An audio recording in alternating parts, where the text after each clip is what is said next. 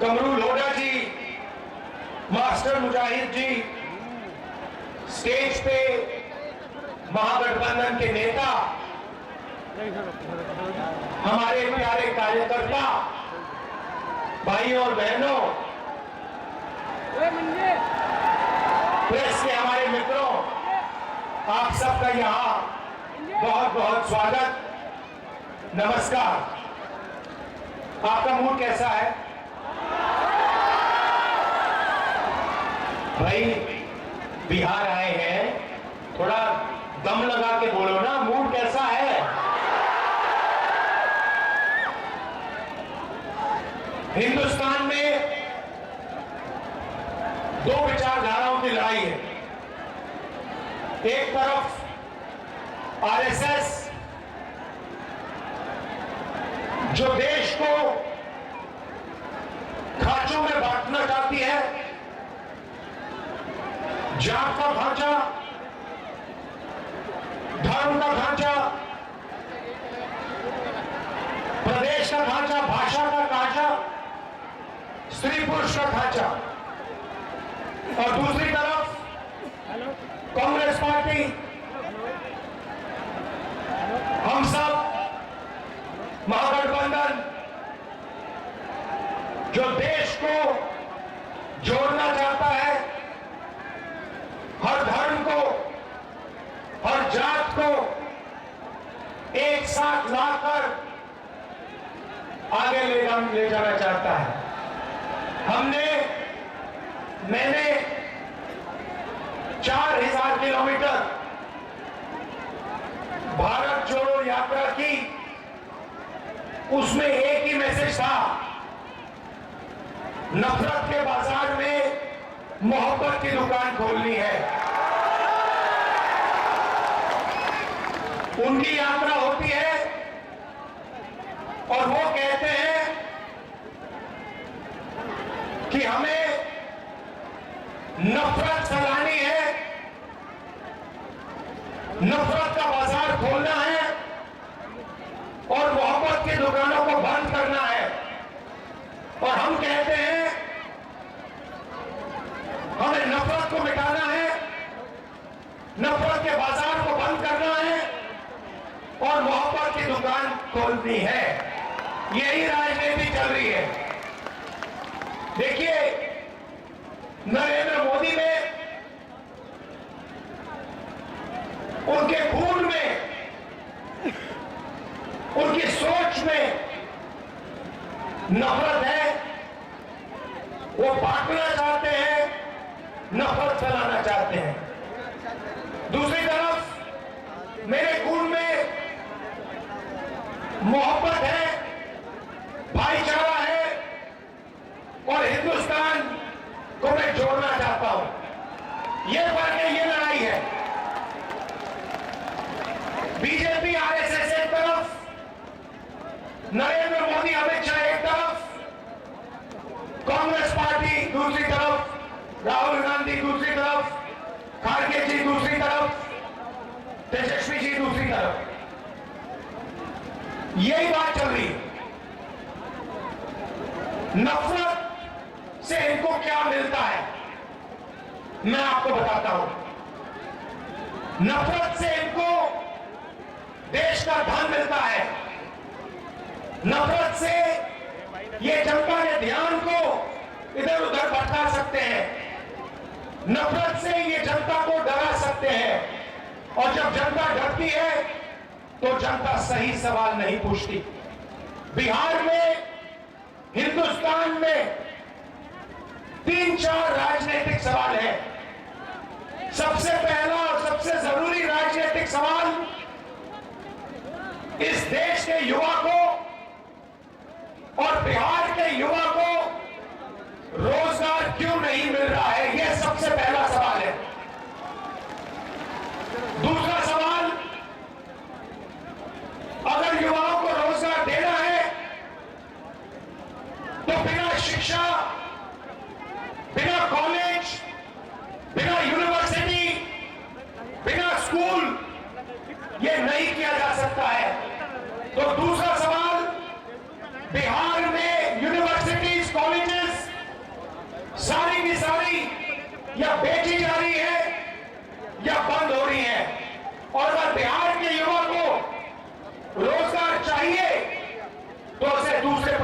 जाके मजदूरी करनी पड़ती है। मैं आपसे पूछना चाहता हूं, आप अलग अलग प्रदेशों में गए हो, बिहार के लोग आपको अरुणाचल प्रदेश में मिलेंगे, दिल्ली में मिलेंगे, पंजाब में मिलेंगे, कर्नाटक में मिलेंगे, बेंगलोर में मिलेंगे, हैदराबाद में मिलेंगे, दुबई तक बिहार के लोग आपको मिलेंगे। मगर जहां भी आप जाओगे, बिहार के लोग मेहनत करते हैं, खून पसीना देते हैं, ये बड़ी बड़ी इमारतें बनाते हैं, सड़कें बनाते हैं, हाईवे बनाते हैं, पुल बनाते हैं, इंफ्रास्ट्रक्चर बनाते हैं, कॉलेज यूनिवर्सिटियां बनाते हैं, अस्पताल बनाते हैं। मगर सारे के सारे बिहार के लोग बाकी प्रदेशों में मजदूरी करते हैं। क्या आप खुश हो कि बिहार की जनता देश में मजदूरी करती है? क्या आप चाहते हो कि बिहार के युवा का भविष्य देश में बाकी प्रदेशों में मजदूरी करने का हो? चाहते हो? अगर चाहते हो तो फिर आपको मालूम है आपको किसको वोट देना है। नीतीश जी ने बिहार में और मोदी जी ने देश में रोजगार खत्म करने का काम किया है। भाई और बहनों, जेब में आपके मोबाइल फोन है, उस मोबाइल फोन को निकालिए, उसके पीछे देखिए क्या लिखा है। उसके पीछे लिखा है मेड इन चाइना। लिखा नहीं लिखा है? लिखा है। शर्ट के पीछे देखिए made in China, made in Vietnam, made in Bangladesh. जो भी यहां माल बिकता है या चाइना में बनता है या जापान में या कोरिया में या वियतनाम में बनता है, हम चाहते हैं कि फोन के पीछे मेड इन चाइना ना लिखा हो, मेड इन बिहार लिखा हो। यहां पे आप पाइनएप्पल उगाते हो, मक्का उगाते हो, बिहार में मखाना उगाया जाता है, मक्का, मछली, अलग अलग फल, आम, पाइनएप्पल। मैं आपसे पूछना चाहता हूं, पिछले 20 साल में नीतीश जी ने कितने फूड प्रोसेसिंग प्लांट चालू किए? कितने फूड प्रोसेसिंग यूनिट? पाइनएप्पल को प्रोसेस करने वाले, आम को प्रोसेस करने वाले, मच्छी को प्रिजर्व करने वाले, मखाना बनाने वाले कितने यूनिट नीतीश जी ने यहां पैदा किए? एक भी नहीं। अमित शाह यहां आते हैं और कहते हैं बिहार में उद्योग लगाने के लिए जमीन नहीं है। सीधा स्टेट से आपको झूठ बोलते हैं। जमीन की बिहार में कोई कमी नहीं है। अदानी के लिए जितनी भी जमीन चाहिए नीतीश जी और नरेंद्र मोदी की सरकार देने को तैयार है। बिहार में 1 एकड़ 1 रुपए के दाम में अदानी को दिया गया है। मगर फूड प्रोसेसिंग प्लांट नहीं लगेगा, पाइनएप्पल प्रोसेसिंग प्लांट नहीं लगेगा। जो मखाना पानी में से निकालते हैं, मेहनत करते हैं, उस मखाने का फायदा उनको बिहार में नहीं मिल सकता है। अमेरिका में हजारों रुपए के लिए मखाना बिकता है, मगर बिहार में जो मेहनत करता है उस बिक्री से उसको कोई फायदा नहीं मिलता। या बिचौलियों को मिलता है, या फिर बड़ी बड़ी कंपनियों को मिलता है, या फिर अमेरिका की कंपनियों को मिलता है। फायदा बिहार की जनता को, बिहार के युवाओं को नहीं होता। समय होता था जब बिहार में दुनिया की सबसे बेहतरीन यूनिवर्सिटी थी। नाम आपने सुना होगा, सुना है? नालंदा यूनिवर्सिटी सुना है? पूरी दुनिया से लोग आते थे, कोने कोने से आते थे। चाइना से, जापान से, जर्मनी, फ्रांस, इंग्लैंड से, वियतनाम से बिहार आते थे। क्यों आते थे? नालंदा यूनिवर्सिटी में पढ़ाई करने आते थे, नालंदा यूनिवर्सिटी में शिक्षा लेने आते थे। मैं चाहता हूं कि फिर से इस बिहार में दुनिया की सबसे अच्छी हाई क्वालिटी की यूनिवर्सिटीज बने।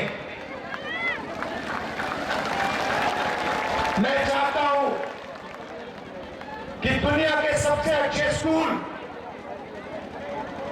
इंग्लिश मीडियम स्कूल, सबसे अच्छी यूनिवर्सिटियां, सबसे अच्छे कॉलेज इस बिहार में बने। मैं आपको बताना चाहता हूं, महागठबंधन यहां चुनाव जीतेगा, शिक्षा का काम हम करेंगे, यूनिवर्सिटी कॉलेजेस खोलेंगे, सरकारी यूनिवर्सिटी, सरकारी कॉलेजेस, सरकारी स्कूल, इंग्लिश मीडियम स्कूल हम खोलेंगे।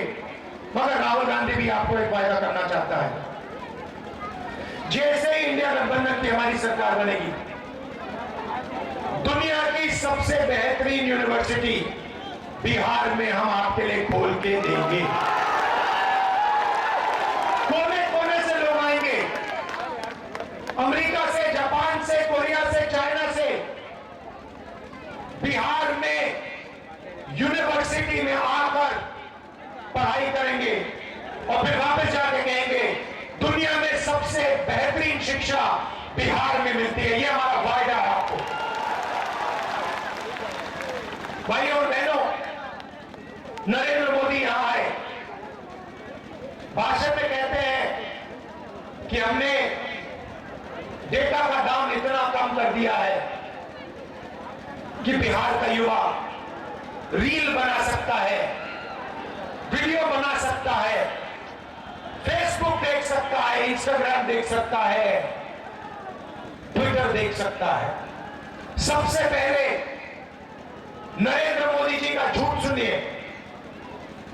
वो कहते हैं कि उन्होंने दाम कम किए, मगर वो आपको ये नहीं कहते हैं कि जब आप रील देखते हो, जब आप वीडियो देखते हो, जब आप मैसेज भेजते हो, तो पैसा किसकी जेब में जाता है? भाइयों बहनों, जैसे ही आपने अपना फोन चालू किया, आपने रील देखी और अपने दोस्त को आपने रील भेजी, उसका पैसा सीधा जियो और मुकेश अंबानी के जेब में जाता है।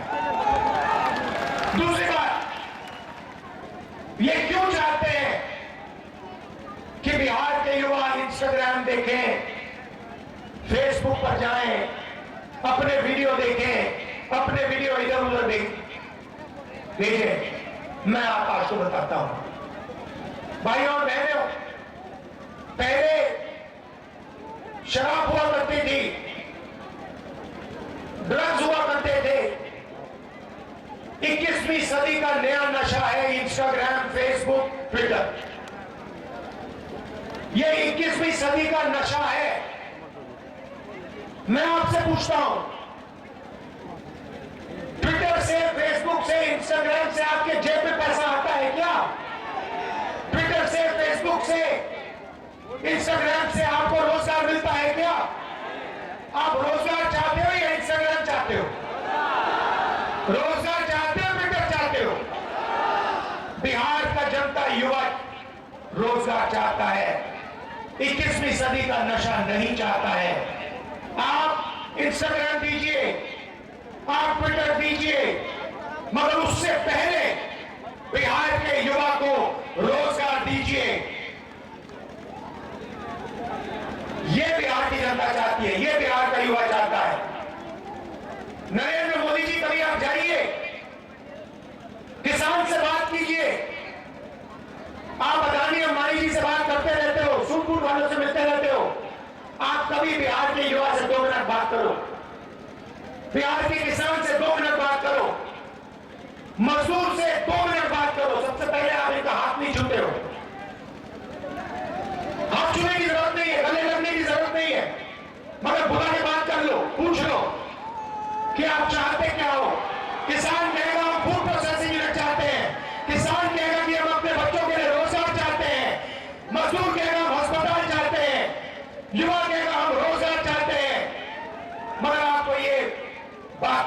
लिया, आप नहीं करना चाहते हो, क्योंकि चाइना का माल जब यहां बिकता है, नरेंद्र मोदी, अदानी, अंबानी को फायदा होता है। मेड इन चाइना से अदानी, अंबानी, नरेंद्र मोदी, अमित शाह को फायदा होता है, हिंदुस्तान के युवाओं को नुकसान होता है। मार्केटिंग नरेंद्र मोदी की कौन करता है? अंबानी, अदानी करते हैं, हमारे प्रेस से मित्र करते हैं, 24 घंटा ये करते हैं। आप मजे की बात सुनिए, कुछ दिन पहले मैंने प्रेस कॉन्फ्रेंस किया, आपने देखा हरियाणा वाला हाइड्रोजन बम देखा आपने फटते हुए धड़ाम से? मैंने नरेंद्र मोदी पे साफ सीधा आरोप लगाया, अमित शाह पे आरोप लगाया, ये जो चीफ इलेक्शन कमिश्नर है ज्ञानेश, इस पर आरोप लगाया। क्या आरोप लगाया? कि मिलकर Narendra Modi, Amit Shah, chief election commissioner vote चोरी कर रहे हैं। मैं आपसे पूछना चाहता हूं, नरेंद्र मोदी जी ने इस आरोप का जवाब दिया? बोला कि नहीं, राहुल गांधी झूठ बोल रहा है, मैं वोट चोरी नहीं कर रहा हूं? बोला? अमित शाह ने बोला कि राहुल गांधी झूठ बोल रहा है, मैं नहीं कर रहा हूं? ज्ञानेश ने बोला? नहीं, बोल नहीं सकते, क्योंकि देश के सामने मैंने सच्चाई रखी है। हरियाणा में 2 करोड़ वोटर हैं, तकरीबन 25 लाख फर्जी वोटरों ने हरियाणा के चुनाव में वोट किया। ब्राजील की मॉडल का फोटो पोलिंग लिस्ट पे, बीजेपी के नेता उत्तर प्रदेश में वोट कर रहे हैं, उनके कार्यकर्ता उत्तर प्रदेश में वोट कर रहे हैं, वही कार्यकर्ता हरियाणा में वोट कर रहे हैं। भाई और बहनों, मैं आपको बता रहा हूं, नरेंद्र मोदी और अमित शाह चुनाव नहीं जीतते हैं, वोट चोरी करके चुनाव जीतते हैं। आपको ठगा जा रहा है, हिंदुस्तान की जनता को ठगा जा रहा है, आपका वोट चोरी किया जा रहा है, इस संविधान पर आक्रमण किया जा रहा है। गांधी जी, अम्बेडकर के संविधान को फाड़ कर ये लोग फेंक रहे हैं, ये सच्चाई है। हमने कर्नाटक में दिखाया, महाराष्ट्र में दिखाया, हरियाणा में दिखाया। वो जवाब नहीं दे सकते हैं, ना वो ब्राजीलियन मॉडल का जवाब दे सकते हैं, ना ये बीजेपी के नेताओं का जवाब दे सकते हैं, ना ये हजारों लाखों फर्जी वोटों का जवाब दे सकते हैं। एक महिला 100 बार अलग अलग पोलिंग बूथ में उसका नाम आता है, दूसरी महिला 200 बार 2 बूथ में उसका नाम आता है। पूरा पूरा मामला फर्जी है, ये चोरी करके इलेक्शन जीतते हैं। और आप कहोगे राहुल गांधी ये हमें बिहार में क्यों कह रहा है? क्योंकि संविधान की रक्षा करने की जिम्मेदारी मेरी है, मगर आपकी भी है। वोट चोरी रोकना मेरी जिम्मेदारी है, मगर बिहार के हर युवा, हर जनरेशन जी के युवा की जिम्मेदारी है, हर किसान की, हर मजदूर की जिम्मेदारी है। ये आपका है, ये संविधान आपकी आवाज है, इसमें आपकी आवाज गूंजती है। इसमें महात्मा गांधी, जवाहरलाल नेहरू, बुद्ध भगवान, कबीर, फूले, अंबेडकर जी, नारायण गुरु, इन सब की आवाज गूंजती है। ये मामूली किताब नहीं है, ये हिंदुस्तान की आत्मा की आवाज है। और इस पर नरेंद्र मोदी और अमित शाह आक्रमण कर रहे हैं, इसको खत्म कर रहे हैं। भारत की आवाज पर, भारत की आत्मा पर ये लोग आक्रमण कर रहे हैं। ये लड़ाई है भाई और बहनों, हम भारत की आवाज, संविधान की रक्षा कर रहे हैं। वो भारत की आवाज को कुचलना चाहते हैं, अंबानी की आवाज, अदानी की आवाज की रक्षा कर रहे हैं। भाई और बहनों, चुनाव का समय है, पोलिंग बूथ पे आप सब सावधान रहिए। ये बीजेपी के लोग चोरी करने की कोशिश करेंगे, आप इनके सामने खड़े हो जाइए, वोट चोरी नहीं करने दीजिए। क्योंकि अगर आपने वोट चोरी रोक दी तो यहां पे महागठबंधन की सरकार बन रही है, 100% बन रही है। भाइयों और बहनों, आप एक बात समझिए, इन्होंने वोट चोरी की है, हमने वोट चोरी पकड़ी है। ये जो है नरेंद्र मोदी जी जो है, अमित शाह जो है, वो हमसे डरते हैं। बात समझो, वो आपकी आवाज से, जनता की आवाज से, हिंदुस्तान की आत्मा से डरते हैं, क्योंकि उन्होंने हिंदुस्तान की आत्मा से, भारत माता से, हिंदुस्तान की आवाज से चोरी की है और अंत में ये पकड़े जाएंगे। ये कहीं भी जा सकते हैं, अंत में ये पकड़े जाएंगे। इसलिए इनके दिल में डर है, वो डर नफरत में बदल के ये काम करते हैं। हम इनके डर को मिटाएंगे और इनके दिल में नफरत को मिटाएंगे।